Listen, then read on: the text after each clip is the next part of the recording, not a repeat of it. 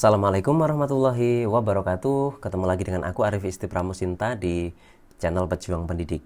Teman-teman sekalian, hari ini kita membahas video ke-27 dari seri Mari Berceritiu. Dan khusus hari ini kita akan membahas satu bab namanya analogi. Teman-teman sekalian, bab ini selalu keluar di SKD TIU. Jadi teman-teman sekalian, dengan memperhatikan video-video pada hari ini, insya Allah teman-teman juga akan mendapatkan satu insight bagaimana konsep menjawab sebuah analogi. Dan saya doakan teman-teman yang sampai teach belajarnya, membuat soal, kemudian mengajarkan ke teman-temannya, syukur di situ tag teman-temannya di Instagram, kemudian pejuang_pendidik juga di tag sama teman-teman. Saya doakan teman-teman mendapatkan NIP tahun 2021. Amin. Langsung saja kita teman-teman ya. Nomor 1, RAM komputer sama dengan titik-titik, titik 2 titik-titik. Nah, kalau kita ketemu dengan soal seperti ini, maka teman-teman, ini hubungannya apa? Maka di sini hubungannya apa di situ ya. Ini sering banget keluar dan ini menurut saya soal yang wajib betul teman-teman sekalian. Kalau kita ketemu RAM pada komputer, RAM itu adalah bagian dari sebuah komputer. Berarti apa? Yang depan ini adalah bagian dari sebuah komputer. Sehingga di sini juga apa? Bagian dari yang belakang. Yang awal ini adalah bagian dari belakang. Oke. Bukan belakang dari depan ya. Kita lihat mobil pada roda. Ini sebenarnya betul bagian dari, tapi bagian darinya adalah roda bagian dari mobil, sehingga ini salah. Sepeda pedal, pedal itu bagian dari sepeda. Ini juga salah, harusnya depan ke belakang. Motor pada kulkas, bukan motor sepeda motor ya, ini motor penggerak pada kulkas ini. Nah, inilah yang bisa jadi betul. Nah, kita tandai dulu.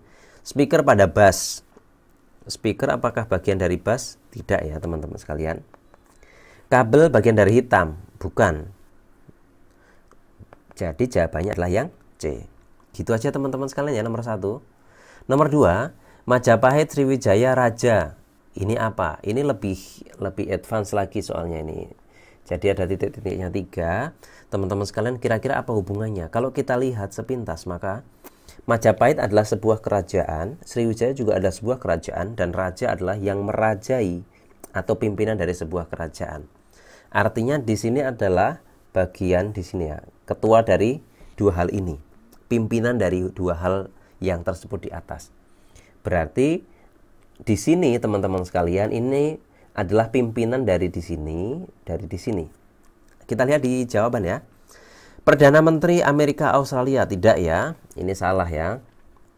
Amerika Indonesia Presidensial. Presidensial itu bukan yang merajai tapi sistemnya ya.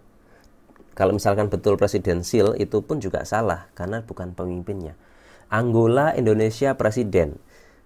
Indonesia dipimpin oleh seorang presiden dan Angola juga seorang presiden. Berarti ini betul, bisa jadi betul. Indonesia Arab Saudi Presiden. Apakah iya? Indonesia memang betul presiden gitu ya. Tapi Arab Saudi tidak mengenal presiden, sehingga inilah yang membuat salah. Jadi ini salah. Makassar Palembang Indonesia. Indonesia adalah pimpinan dari Palembang dan Makassar? Enggak ya. Kalau di sini ujung pandang gitu, Sulawesi Selatan, kemudian di sini adalah Sumatera Selatan, maka di sini gubernur, baru di situ betul ya. Maka yang betul adalah yang C. Nomor 3, bulu tangkis ganda. Nah, ini balik lagi seperti nomor 1.